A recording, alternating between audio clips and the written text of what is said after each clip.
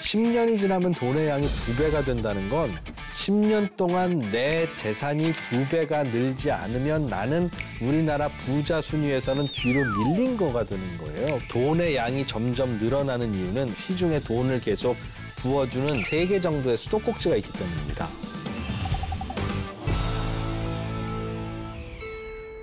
네, 안녕하십니까.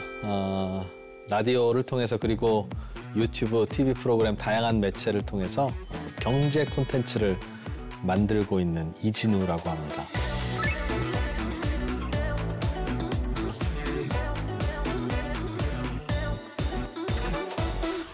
여러분들은 어릴 때 기억을 한번 떠올려 보시면 나 빨리 어른이 되고 싶어 라는 생각을 아마 하셨을 거예요.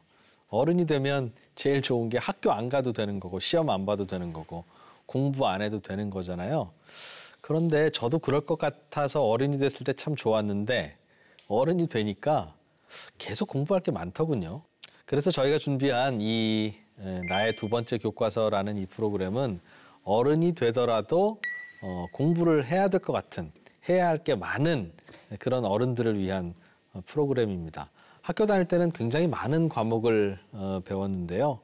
학교 다닐 때는 별 재미는 없었는데 어른이 되면 이거 좀 배워야 될 것 같은데 이거 좀 흥미가 있기도 한데 이런 느낌이 드는 과목들이 몇 개 좀 있습니다. 저는 그중에서 경제, 금융 이제 이런 과목이 그런 게 아닐까 싶어요. 왜냐하면 그게 뭐 굉장히 재밌을 것 같아서가 아니라 우리가 살아가는 데 있어서 필요할 것 같아서 이것 좀 배워봐야 되겠다 하는 생각이 드는 주제 같거든요. 필요하니까.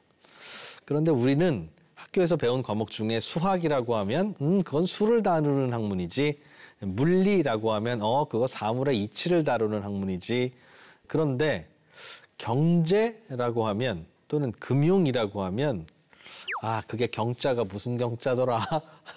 그 무슨 융자인지 무슨 경자인지 잘 모르는 굉장히 어려운 용어가 되어 있어요. 왜 많은 사람들이 경제가 어려울까라는 생각을 하다 보면 경제에 대해서 또는 금융에 대해서 우리가 정작 알아야 할 건 잘 안 배우고 굳이 몰라도 되는 걸 자꾸 어렵게 공부를 우리가 해왔기 때문은 아닐까 하는 생각을 하게 됐습니다. 그래서 지금부터는 어른들에게 필요한 몇 가지 중요한 경제, 금융 지식을 하나하나 좀 전해 드리려고 해요.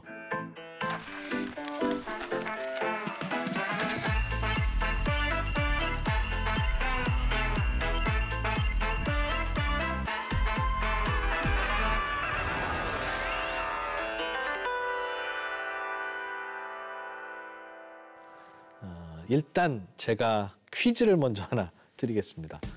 우리나라에 지금 돈이 얼마나 많을까요? 즉 돈이 얼마나 많이 풀려 있는지 혹시 아세요? 돈 되는 물건 말고 그냥 돈, 그러니까 그런 돈은 금융기관에 들어있겠죠. 이거를 금융기관 유동성이라고 하고 그 통계를 한국은행이 매번 내고 있는데 한국은행 통계를 보면 2024년 여름 기준으로 우리나라에 풀려있는 그런 금융기관 유동성은 무려 5,500조쯤 됩니다. 10년 전에는 지금 5,500조의 대략 절반 정도인 2,700조 원쯤 있었고요. 그보다 10년 전인 지금으로부터 20년 전에는 그 돈의 절반인 대략 한 1,250조 원 정도 있었어요. 그러니까 우리나라에 풀려있는 돈은 지금 5,500조인데 이게 10년 전에는 이거의 절반이었어요라는 말은 지난 10년간 우리나라에 풀려있는 돈의 양이 2배 늘어났다는 그런 뜻 아니겠습니까? 그리고 그 전 10년 동안에도 2배가 늘어났다는 거니까 앞으로 10년에도 2배가 늘어날지는 알 수 없지만 대략 흐름을 보면 2배쯤 늘어날 것 같죠? 지금의 한 2배인 5,500조의 2배면 얼마예요? 1경원이 조금 넘는 그런 돈이 아마 풀려 있을 거다 이렇게 예상할 수 있겠습니다. 10년이 지나면 돈의 양이 2배가 된다는 건 이게 무슨 말이죠? 10년 동안 내 재산이 2배가 늘지 않으면 나는 우리나라 부자 순위에서는 뒤로 밀린 거가 되는 거예요. 내가 갖고 있는 자산도 이 늘어나는 돈의 양의 속도에 최대한 맞춰서 불려줘야 돼요. 이른바 이 재테크가 그래서 의무가 되는 겁니다. 투자를 잘해야만 살 수 있는 어찌 보면 우리 인류의 역사에서 투자를 잘해야 본전인 투자를 잘하지 않으면 퇴보하는 굉장히 드문 세대에 우리는 이제 들어와서 살고 있는지도 모르겠어요.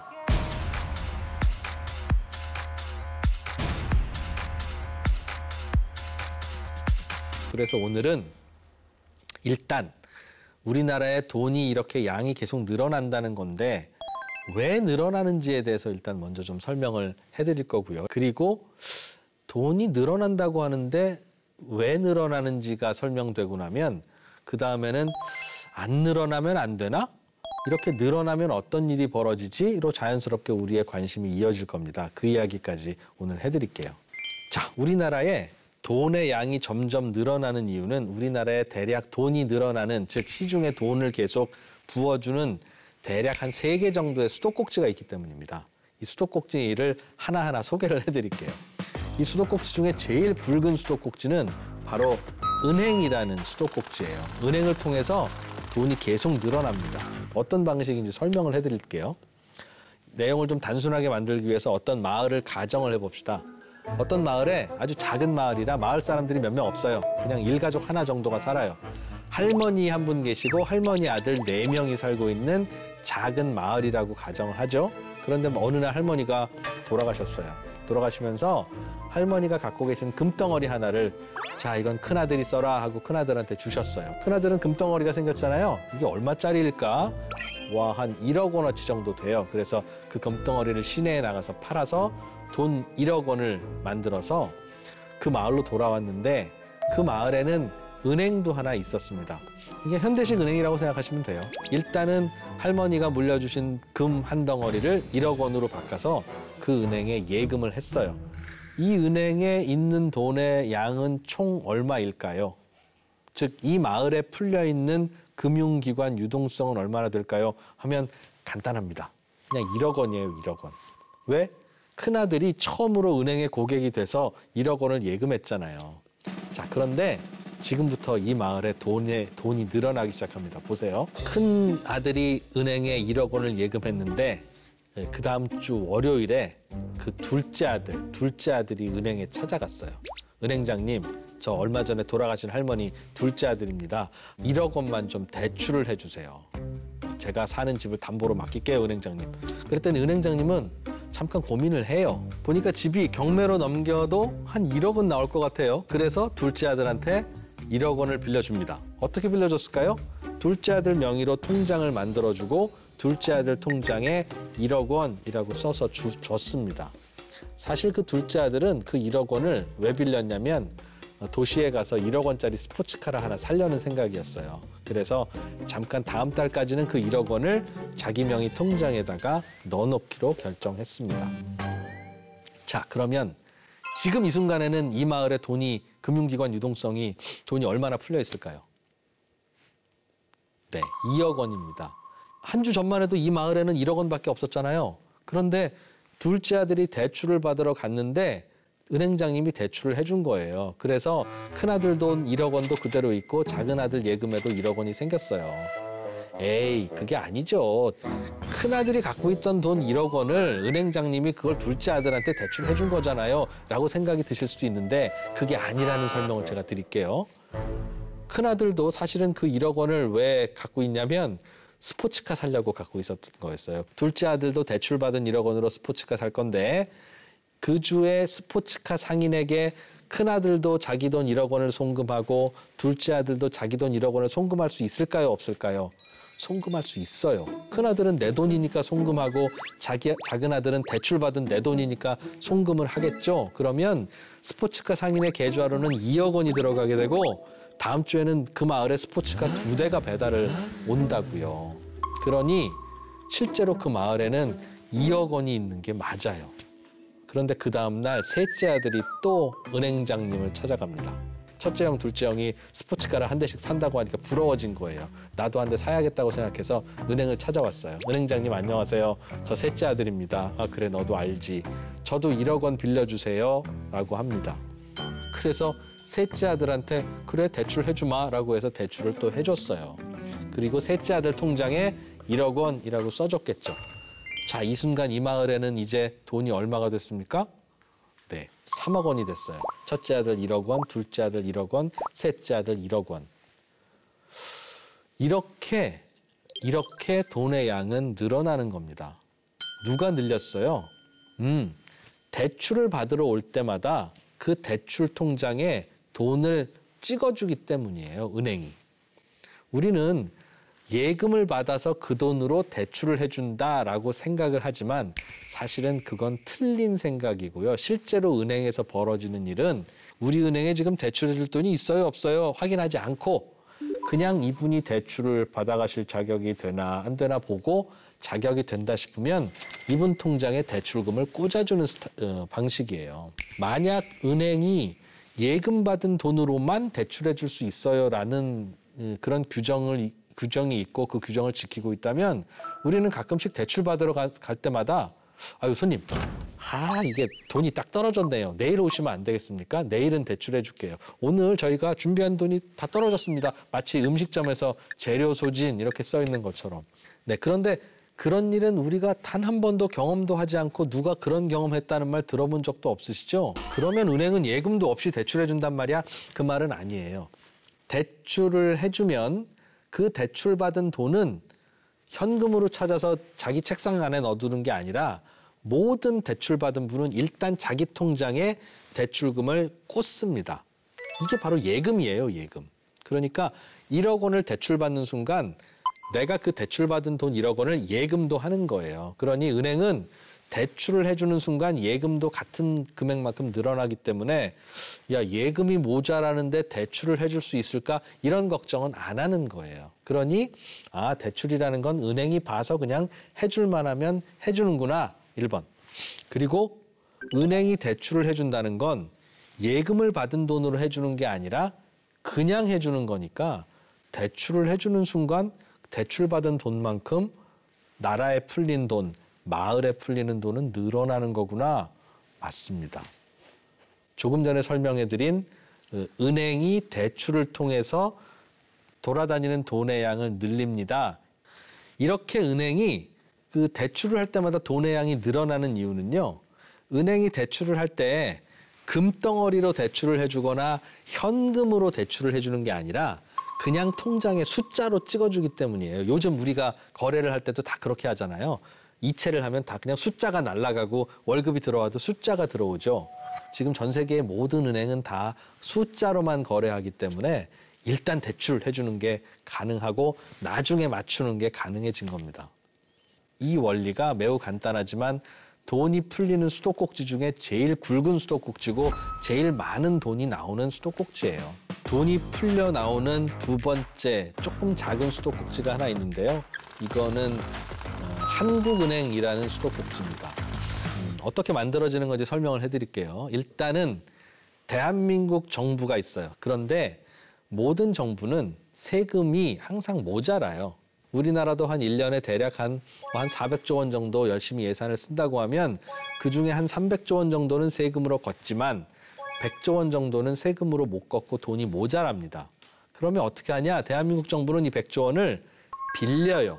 어떻게 빌리냐면 국채 100조 원, 발행처 대한민국 정부 이렇게 국채를 써서 발행해서 이거를 팝니다. 차용증 같은 거예요.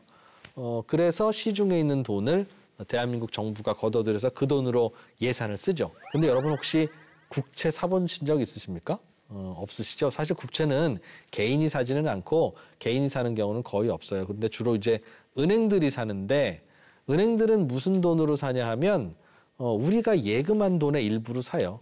우리가 예금한 돈의 일부는 대출로 나가기도 하지만 이렇게 국채를 사들이기도 합니다. 그러니까 그 과정에서는 국민들의 호주머니에 있는 돈이 은행을 거쳐서 대한민국 정부로 갔다. 이제 이렇게 생각하면 되니까 그 과정에서는 돈이 늘어난 게 없죠. 그런데 은행은 돈이 좀 필요할 때마다 이 국채라는 증서를 가지고 한국은행에 가서 야, 내가 1조 원어치 지금 국채를 갖고 있는데 요거를 담보로 맡기고 내가 1조 원쯤 급전을 쓰면 안 될까?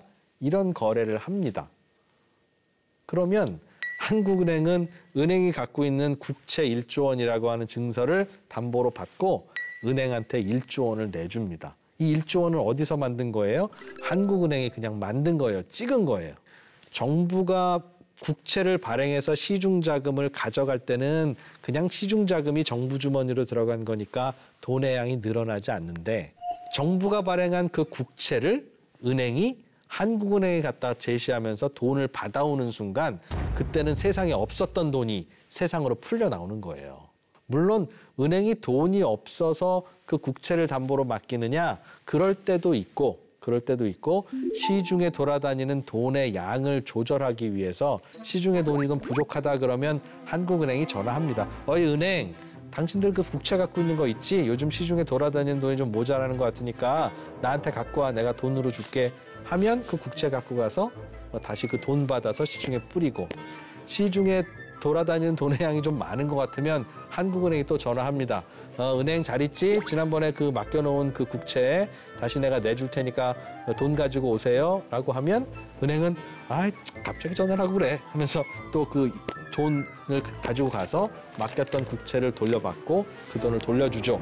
그러니까 사실은 지금 한국은행이라고 하는 이 수도꼭지는 돈이 풀려 나오기도 하고 또 시중에 있는 돈이 거꾸로 감겨 들어가기도 하는 이제 양방향으로 움직이는 이제 수도꼭지인 거예요. 그러나 이제 시중에 돈이 풀려 나오는 기능도 하니까 이제 두 번째 수도꼭지라고 제가 설명을 해드리는 거죠. 그리고 우리나라에 돈이 또 들어오는 돈의 양이 늘어나는 세 번째 수도꼭지가 하나 더 있는데 이건 외국으로부터 들어오는 돈입니다. 우리는 외국하고 거래를 하잖아요. 그러면 외국으로부터 달러가 들어옵니다. 그런데 이 달러가 달러인데 우리나라 통화량을 늘립니다. 원화의 통화량을 늘린다는 거예요. 이 구조를 좀 단순하게 해야 되니까 요런 구조를 한번 생각해 보죠. 임진왜란 직후에 네덜란드 상인 하멜이라고 하는 분이 우리나라를 오려고 했던 건 아닌데 어쩌다 길을 잃어서 우리나라에 표류를 해서 이제 몇 년간 머물다 가셨다는 이야기가 있어요. 그 이야기를 상상으로 한번 만들어 볼게요. 우리나라에 그분 하멜이라는 분이 실제로 왔는데 그분은 $10,000 정도를 갖고 있었어요. 조선에 표류했으니까 이제 왔으니까 우리나라에서 먹고 자야 될 거 아니겠어요? 그런데 그럼 우리나라 돈이 있어야 되는데 원화가 있어야 되는데 $10,000밖에 없으니까 이걸 우리나라 돈으로 바꾸고 싶겠죠? 그런데 하멜이 여러분 이 $10,000를 좀 조선 돈으로 바꿔주십시오라고 하면 누가 바꿔주겠습니까? 그러면 이제 매일 울기 시작하겠죠. 막 시끄럽게. 그래서 정부가 그 하멜님이 갖고 계신 $10,000를 알았습니다 하면서 우리나라 돈으로 바꿔줍니다. 그 순간 우리나라에는 없던 돈 $10,000에 해당하는 우리나라 돈이 풀려 나오는 거예요. 그러나 하멜이 우리나라에서 계속 살지는 않겠죠. 자기 나라로 돌아가겠습니다라고 하고 이제 그동안 뭐 쓴 돈도 있지만 번 돈도 있고 하니까 이만큼이 이제 우리나라 돈이 남아 있으면 이 우리나라 돈 다시 드릴 테니까 옛날에 내가 갖고 표류했던 $10,000 다시 돌려주세요라고 하면 하멜이 들고 있던 우리나라 돈은 다시 정부 주머니로 들어가고 정부는 어차피 그 돈 쓸 일 없으니까 다시 금고에서 넣어놓지 않겠습니까? 그러면 이제 우리나라에서 돌아다니던 그 돈이 하멜이 들고 있던 돈의 양만큼의 돈이 다시 이제 사라지는 거예요. 다시 말씀드리면 우리나라에 외국인이 달러를 갖고 들어오면 그 달러를 우리나라 돈으로 바꿔야 되는데 그 순간 그 달러의 양에 해당되는 만큼의 돈이 우리나라에는 새로 풀리고요. 그 사람들이 저는 다시 고향으로 갈래요 하면서 우리나라 돈을 반납하고 외국 돈을 가져가는 순간 반납된 돈은 우리나라에서는 사라지는 이제 그런 구조입니다. 제가 간단하게 이제 하멜 표류기에 비유를 해서 설명을 해드렸지만 우리나라에는 외국인들이 투자를 하러 들어오기도 하고 외국인들한테 뭔가 반도체나 자동차를 팔아서 달러를 벌어 들여오기도 하고 계속 달러가 쏟아져 들어오거든요. 그럼 이렇게 달러가 쏟아져 들어오면 예를 들면 S전자가 반도체를 팔아서 달러를 벌어왔다 하면 이 달러는 S전자는 자기들이 갖고 있어봐야 소용이 없어요. 이 돈을 원화로 바꿔서 직원들 월급도 주고 하청업체 대금 지불도 해야 될 텐데 외국에서 벌어 들어온 달러를 가지고 외환 시장에서 원화로 자꾸 바꿔가면 무슨 일이 벌어지냐면 외환 시장의 달러는 계속 늘어나고 그러다 보니 외환 시장에서 달러의 가치가 떨어지게 됩니다. 그 말은 환율이 내려간다는 뜻이고 그럼 우리나라 돈 가치가 올라간다는 뜻인데 우리나라 돈 가치가 올라가면 기분은 좋지만 그런데 우리나라 수출 기업들이 수출할 때는 불편해지거든요. 그걸 아는 정부가 S전자가 새로 벌어 들어온 달러만큼 외환 시장이 흔들리지 않게 하기 위해서 정부가 한국은행이 돈을 찍어서 준비하고 있다가 그 달러를 원화로 바꿔줘요. 달러가 들어오면 그 달러를 한국은행이 그냥 사들입니다. 사들이고 이제 그 달러가 나가려고 할 때 또는 뭐 외국인들이 투자를 멈추고 돌아가려고 할 때 그 달러가 모자라면 다시 이제 그 외환 시장에 뿌려주는 이제 그런 역할을 하고 있어요. 그러니까 현실적으로 실제로는 외국에서 들어온 돈의 양만큼 한국은행이 흡수하니까 우리나라의 돈의 양이 그것 때문에 늘어나지는 않는데 구조적으로는 한국은행이 흡수하지 않으면 실제로 외국에서 들어오는 돈의 양만큼 우리나라에 풀려나오는 돈의 양은 늘어날 수밖에 없는 거예요. 지금까지 제가 돈이 늘어나는 이 세 가지 수도꼭지를 말씀드리면서 작은 마을에 삼형제가 사는 마을 또는 하멜 표류기 같은 예시도 들어드리고 했는데 세상 모든 일이 다 그렇듯이 실제 현실은 훨씬 좀 더 복잡하고 더 많은 요소들이 작용합니다. 그냥 쉽게 이해하셨으면 하는 마음에서 좀 단순하게 설명을 드렸다는 거를 좀 감안해서 들어주시면 좋겠고요. 이렇게 돈의 양이 계속 늘어나고 있다라는 걸 이해하셨으면 이제 우리의 다음 질문으로 좀 넘어가 보죠.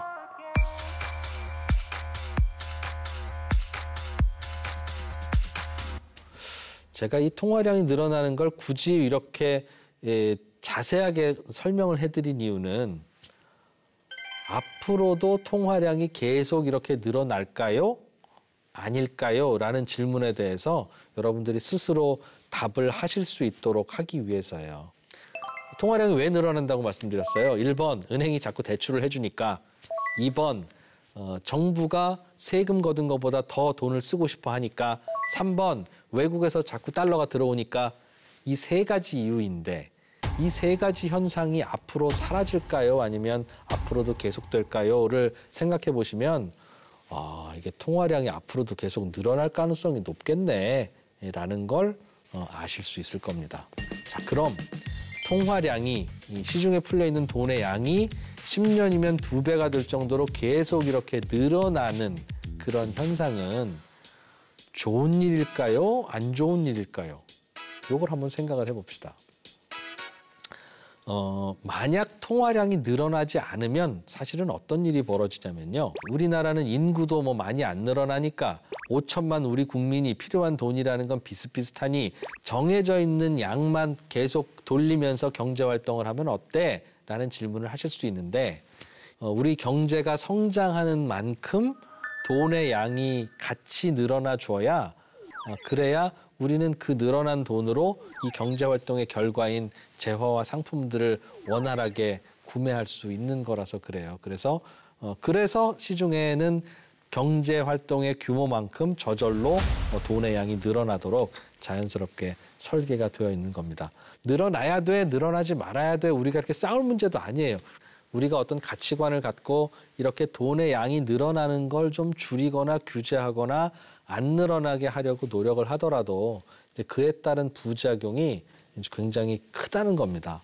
어떤 분들은 이렇게 돈의 양이 계속 늘어나는 것 때문에 금융위기도 생기고 어려운 일이 많이 생겨요라고 설명을 하시지만 돈의 수도꼭지를 잠그고 그다음부터 돈의 양이 늘어나지 않으면 사실은 더 고통스러운 일이 벌어져요. 실제로 돈의 양이 늘어나지 않으면 경제활동 자체가 발생하지 않습니다. 멈춰져 버립니다. 이건 뭐 거품 같은 것보다 훨씬 더 힘든 일이 생겨요. 왜냐하면 기업들이 생산과 투자를 줄입니다. 그리고 그러다 보면 당연히 채용도 덜 하거나 안 하고 오히려 있던 사람도 내보내겠죠. 그러면 일자리도 부족해지고 돈 벌기는 더 힘들어지고 그러다 보면 성장이 아니라 생존하는 것 자체가 미션이 됩니다. 이제 그런 상황이 되면 많은 소비자들, 경제 주체들 중에 누가 먼저 타격을 입을까요? 부자인 사람보다는 돈이 없는 사람이 먼저 피해자가 될 가능성이 높습니다. 그래서 사실 자본주의가 성공적으로 유지되려면 돈의 양이 점점 계속 늘어나야 됩니다.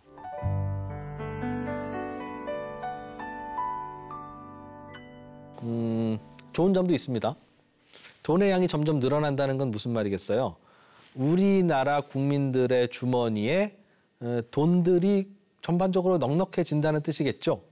그렇다면 어떤 의미가 되냐면 돈벌이를 하는 비즈니스가 쉬워지기도 해요. 예전에는 생선을 비싸게 팔면 팔렸을까요? 안 팔렸을까요? 안 팔렸을 거예요. 집에 가서 내가 머리 떼고 꼬리 떼고 내장 바르고 가시 바르고 먹으면 되지 하고 안 샀을 수도 있습니다. 하지만 지금은 가시를 발라서 더 작은 토막을 내서 먹기 좋게 만들어서 비싸게 팔아도 그게 팔립니다. 10만 원이 넘는 값비싼 빙수도 나오면 잘 팔려요.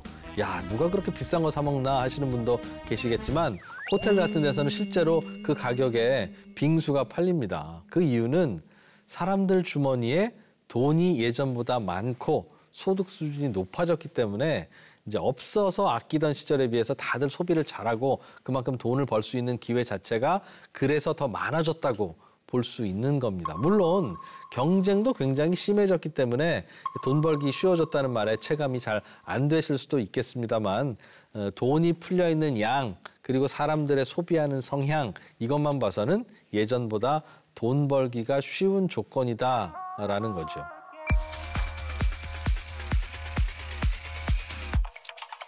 많은 분들은 이런 이야기를 들으시면 좀 불편하실 수도 있어요. 실제로 불편한 일이 벌어지기도 하고요. 대표적인 게 돈의 양이 늘어나면 돈의 가치가 떨어지고 그러니까 변화가 없는 자산이지만 가격이 계속 올라가는 그런 일이 벌어집니다. 그러면 우리는 돈의 양이 계속 늘어나면 그만큼 돈 가치가 떨어지는 건 어쩔 수 없느냐? 그거는 아니에요. 실제로 그런 일이 벌어지는 것까지는 아니지만 돈의 양이 늘어나는 속도, 돈의 양이 늘어나는 정도만큼 우리가 그 늘어난 돈으로 생산하는 재화의 가치도 같이 늘어난다면 그러면 돈 가치만 계속 희석되고 돈 가치만 떨어지지는 않아요. 예를 들면 쉽게 미국을 떠올려 보시면 되는데 미국도 똑같이 돈의 양, 통화량은 계속 늘어나고 늘어나면 달러의 가치는 떨어지기도 합니다. 그런데 상대적으로 미국도 그렇고 다른 나라도 그렇긴 하지만 미국은 그래도 좀 더 좋은 상품, 좋은 재화를 더 많이 생산하죠. 좋은 재화가 뭐가 있을까요? 달러를 통해서 살 수 있는 거. 예를 들면 미국의 첨단 기업도 미국이 파는 재화일 수 있습니다. 그 회사 주식을 살 수 있으니까. 혁신 기업들이 만들어내는 다양한 서비스 이런 제품도 있을 거고 이런 매력적인 메이드 인 USA 재화들을 많이 만들어내는 나라이기 때문에 상대적으로 그래서 미국도 그렇고 다른 나라도 그렇고 돈을 계속 찍어내고 돈의 양이 계속 늘어나고 있으나 그것 때문에 그 나라 돈의 가치가 하락하는 속도는 이렇게 미국처럼 좋은 제품을 많이 만들어내는 그런 나라는 상대적으로 그 속도가 완만해질 수도 있다. 이제 그런 이야기가 되겠죠. 네, 지금까지 저는 우리나라의 돈의 양이 늘어나고 있고 어떻게 늘어나고 있는지를 굉장히 자세히 나름대로 설명을 해드렸는데 제가 이 설명을 이렇게 드리는 이유는 통화량이 늘어나는 메커니즘을 조금 복잡해지는데도 불구하고 설명드리는 이유는 앞으로 통화량이 계속 늘어날 수밖에 없겠네. 왜냐하면 이게 수도꼭지들 하나하나를 보니까 이거 잠기기는 쉽지 않겠다라는 걸 여러분들이 직접 느끼실 수 있도록 하기 위해서였고요. 그러니까 우리나라는 과거에도 그렇고 10년 전에도 그렇고 앞으로도 그렇고 10년에 한 2배 정도의 통화량 증가는 있겠구나. 그러면 앞으로는 특별한 일이 없다면 그냥 어떤 보통의 일반적인 아파트 혹은 보통의 어떤 주식, 금, 하여간 일반적인 우리가 재테크 대상으로 삼는 자산들은 통화량이 늘어나는 속도만큼 만약 그 자산의 가격이 올라간다고 한다면 그런 자산은 대략 10년에 2배 정도, 돈의 늘어나는 속도와 동일하게 1년으로 치면 연 7% 정도의 상승 가능성이 있을 수 있겠구나라는, 뭐 항상 들어맞는 건 아닙니다만 그런 막연한 추측 정도는 우리가 할 수 있을 거다. 또 그 말은 또 재테크를 할 때 한 1년에 7% 정도의 수익률은 내가 가져가야 우리나라에 풀려나오는 돈의 양과 비교할 때 내 재산의 순위가 유지될 수는 있겠구나라고 하는 것도 어떤 우리가 이제 재테크의 목적, 목표를 정할 때 막연하게 그렇게 그림은 그려볼 수 있는 거겠죠. 오늘은 우리의 금융시장에서 나타나는 여러 현상 중에 돈의 양이 늘어나고 있는 이 굉장히 재미있는 현상에 대해서 일단 먼저 설명을 드렸습니다. 다음 시간부터는 이제 이렇게 늘어나는 돈의 양에 따라서 이제 어떤 일이 벌어지는 거고 우리가 재테크를 하면 어떻게 해야 되는 건지에 대해서 사실은 정해진 법칙이나 요령은 없어요. 그러나 지금까지 전문가들이 고민해온 최선의 결과는 이런 겁니다라는 걸 하나씩 좀 설명을 해드리려고 합니다. 오늘 준비한 내용은 여기까지고요. 저는 다음 시간에 또 인사드리죠. 고맙습니다.